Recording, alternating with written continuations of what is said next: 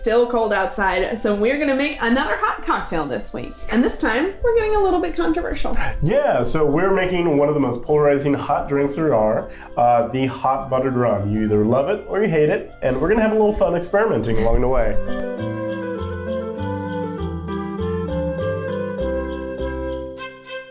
I did a little bit of research to try to figure out if there's any history around this, if there's one person that's either, famous or infamous for creating this drink, or somebody we can blame. But literally there was nothing.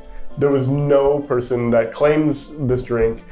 Which is weird, because normally with cocktails what you find is that there's no definitive history, but usually what you find is several versions of history. I think it happened like this, and I claimed that I made it here. I mean, if you're ever curious, look up the history of the margarita. There's 17 people who are positive that they invented it. Right, and nobody wants to claim this one. There's nobody. Even David Wonders was like, I don't know. I have no idea. If David Wonders can't find it, you may as well stop searching. There's just no point going beyond there. Right. But that's okay. That doesn't mean it doesn't taste good. Yeah, but I did find that people have been adding butter to warm drinks since the 1500s. I mean, that makes sense, right? I mean, butter is a farming staple. It would be an ingredient that everybody who has a farmstead would have. Right. So why not? Yeah, and I think the first thing I saw was hot buttered ale. This has been happening for quite some time. It's a real drink, a butter beer, I think is what they call it. So yeah, it's definitely been around. I'm not gonna lie, this sounds better than buttered beer. I mean, I'll try anything once, but right, absolutely. I think butter and rum just sounds like a match made. Yeah, but I mean, it just kind of goes to show, this is such an old style of drink that it's trying to find out who put butter to bread for the first time. Nobody knows, because it's been going on for so long. It's just that ancient, yeah. So that being said, what do you say we give it a try? Let's do it.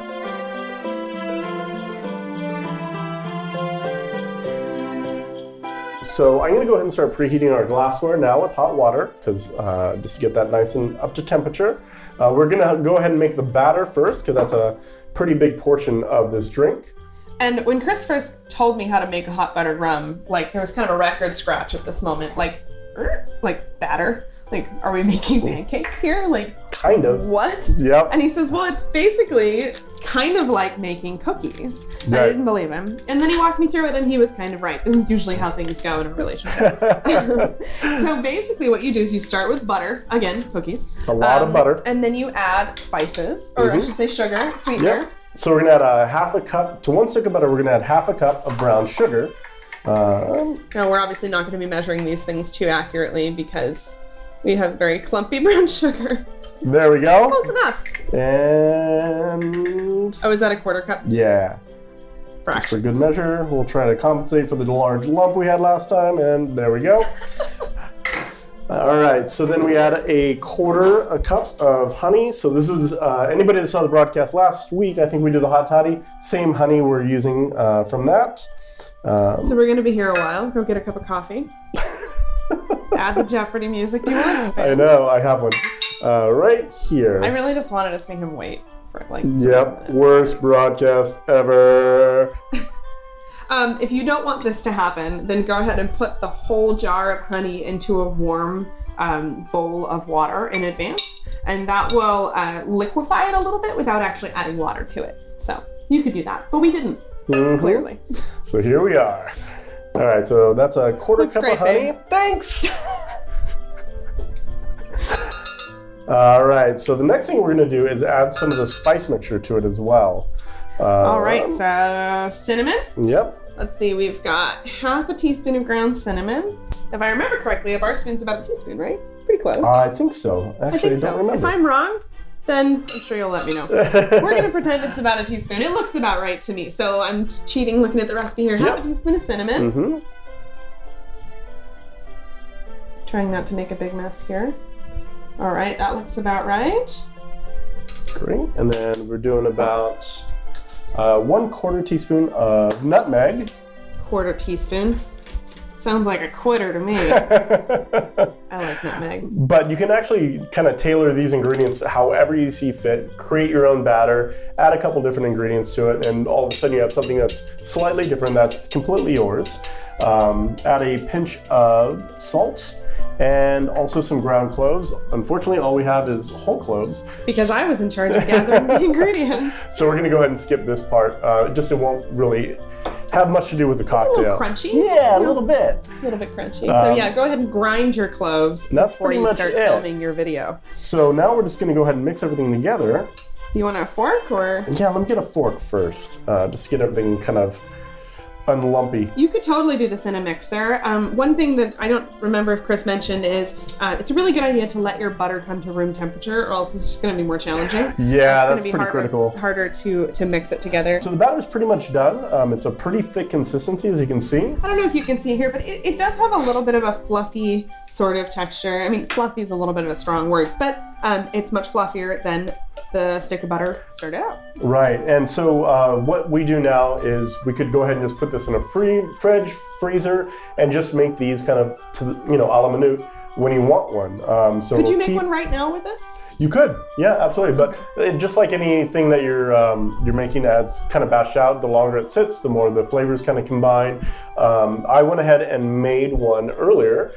So we have a batch that's already ready, and I have an experiment which we'll get to here in a second. Stay tuned. I'm gonna go eat all of this.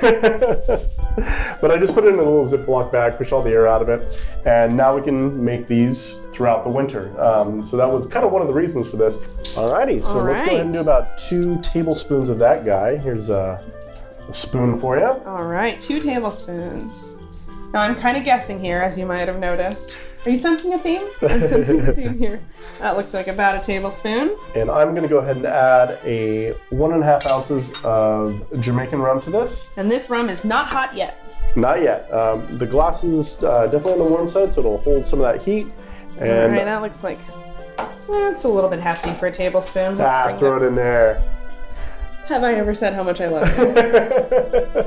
All right, scoop that guy right in. Perfect. And finally, we're just gonna add the hot water to it as well. And it should get everything warm enough that the butter melts and all those ingredients get incorporated in there. You want those chunks at the bottom to melt. Mm-hmm. Now again, this was chilled, so it's a little bit on the cooler side, but the benefit of that, like Chris mentioned, is that you could just keep this in your freezer all winter long and make this cocktail instantly. Right, absolutely. Which I think you're gonna have lots of friends coming over if you've got this in your freezer. In fact, hopefully the neighbors aren't watching, otherwise we're gonna have some visitors. So that's pretty much it.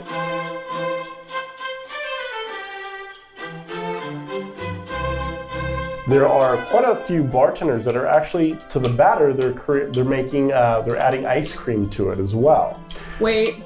Yeah. Ice cream. Ice cream. So equal portions butter and ice cream. I saw this coming. So here we go. Now, also during my research, I kind of looked around. I looked at some other options just for replacing the butter. If you're a vegan or you want to adapt this to more of a vegan drink, somebody went down the rabbit hole of using not avocado oil, but coconut oil. Mm-hmm. Right. And they were having the same problem of the fat separating out and becoming an oil slick across the top of it.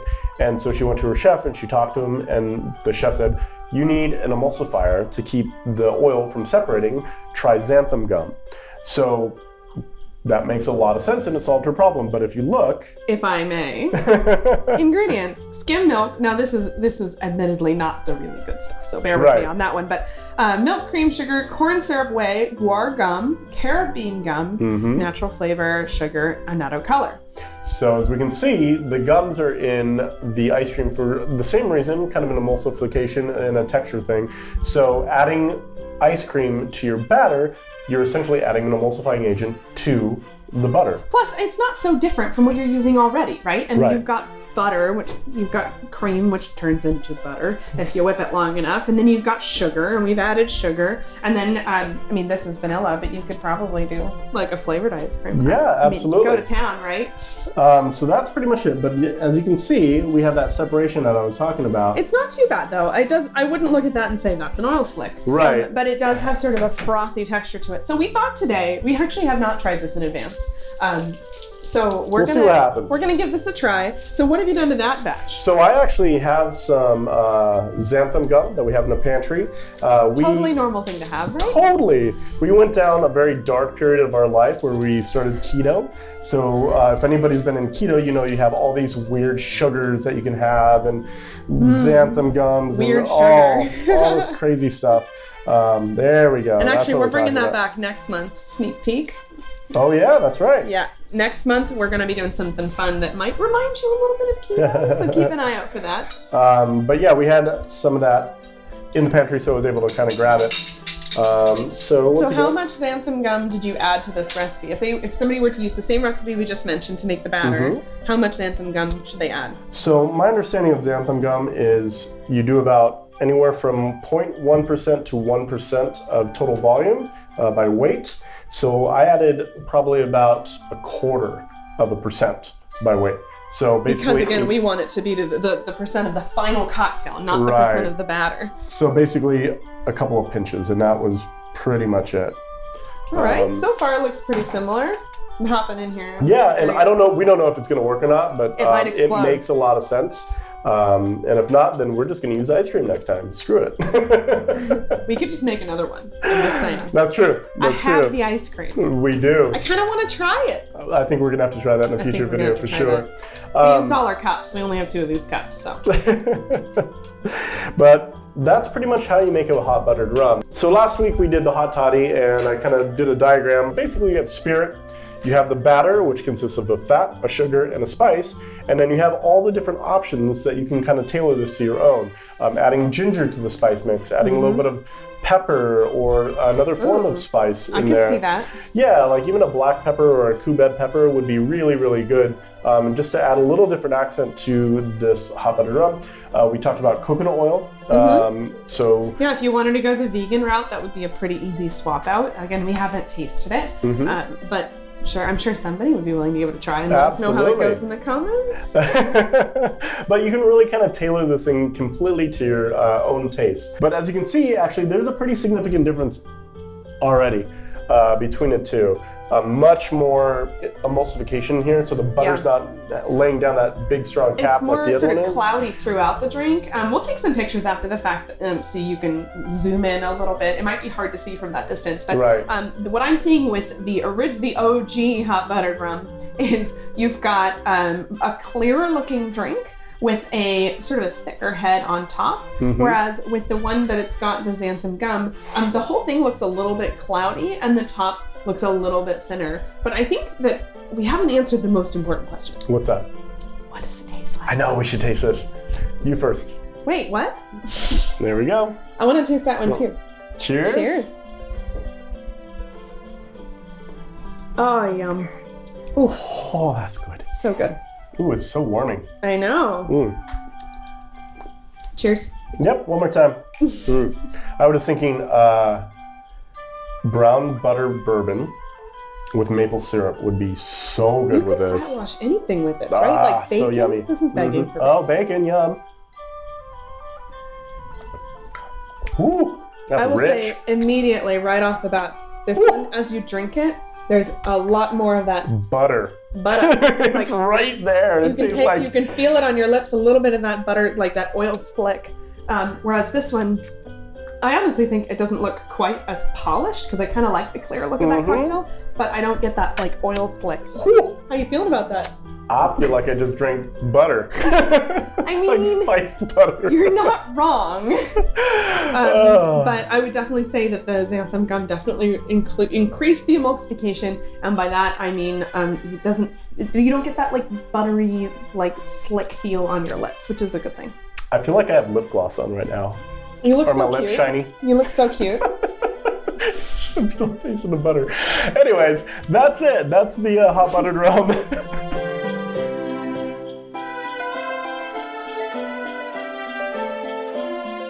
So there we have it. A couple of variations on the hot buttered rum.